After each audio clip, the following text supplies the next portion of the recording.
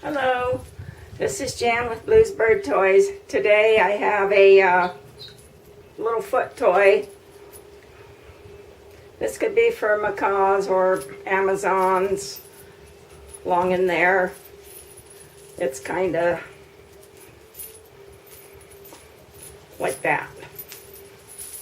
So that's hard to display it, but it's got washers, some little square acrylic beads, the wing nuts. So it's a nice little toy to fiddle with as a foot toy. It's also kind of a spin-off from our rings and things toy because it looks exactly similar except the beads. And then it's got a little bit of flowers up here.